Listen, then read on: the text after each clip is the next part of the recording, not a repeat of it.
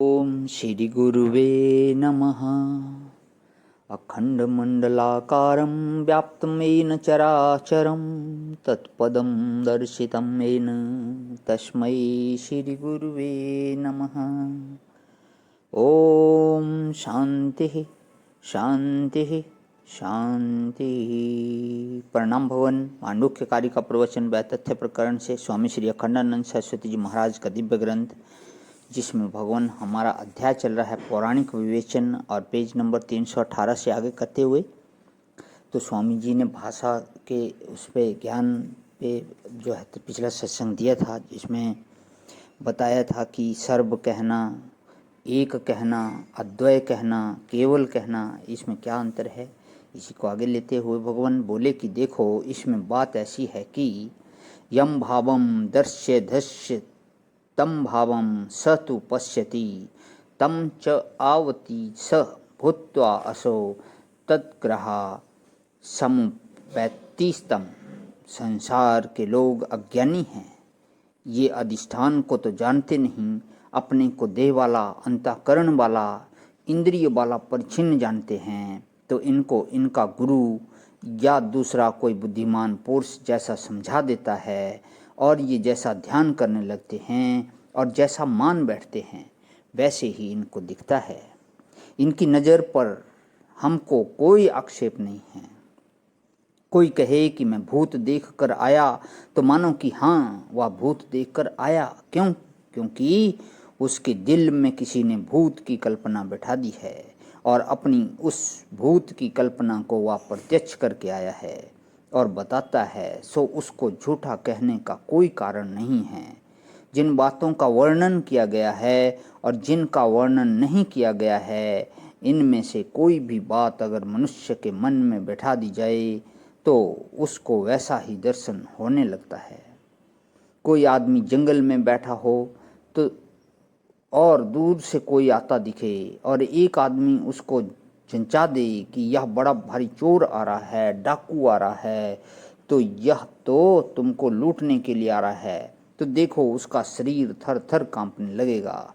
मालूम पड़ेगा कि वह चोर ही है, डाकू ही है, भले ही वह उसका हितैषी ही हो, उसका मित्र होवे। तो कल्पना का बड़ा महत्व है। यह बात हमने देखी है। कहो कि देवता का दर्शन आंख से नहीं होता, नहीं नहीं होता है। जिस बात का मन में दर्शन हो सकता है, उस चीज का आंख से भी दर्शन हो सकता है। कैसे? जो मन आंख बंद करके भीतर देखता है, वही मन आंख खुली रहने पर बाहर देखता है। देखने वाला तो मन ही है। अगर भीतर वह ध्यान कर सकता है तो बाहर वह खुली आंख से दर्शन भी कर सकता है, क्योंकि यह तो मणिराम का खेल है। तो इसी से कबीर पंथी को अंत में कबीर का दर्शन होता है। राधा स्वामी को अंत में राधा स्वामी का दर्शन होता है। रैदासी पंथ में रैदास का दर्शन होता है। चरणदासी को अंत में चरणदास का दर्शन होता है। नारायण इसमें यह होता है कि जब ध्यान करने बैठते हैं तो पहले तो ऐसा लगता है कि जिस देवता का मैं ध्यान कर रहा हूँ वह मेरे सामने बैठा है। उसको चंदन लगाया, उसको माला पहनाई, उसको भोजन कराया, वह मुस्करा रहा है, ऐसा मालूम पड़ेगा। वह बात कर रहा है, वह हमको खिला रहा है, ऐसा मालूम पड़ेगा। लेकिन बाद में जब अपना मन नियंत्रण खो देता है तब ऐसा लगता है कि यह देवता मैं ही हूँ। अच्छा, उसके बाद जब मन देवता के आकार को छोड़ देता है तब समाधिस्थ हो जाता है। बिना देवता का आकार छोड़े समाधिस्थ नहीं होता। देवता के आकार में जो समाधि है उसको भाव समाधि बोलते हैं। तो यह इदम रूप से भी देवता में समाधि और अहम रूप से भी देवता में समाधि होती है। और जब मन देवता की सकल सूरत को छोड़ देता है तब वह शांत हो जाता है, निर्विषय हो जाता है। लेकिन भ्रम यह बना रहता है कि मैं देवता का ध्यान कर रहा था। जब घंटे 2 घंटे बाद जब फिर वृत्ति उठती है तो मालूम पड़ता है कि हम ध्यान में डूब गए थे। अब फिर देखो वही देवता दिखाई पड़ने लगा।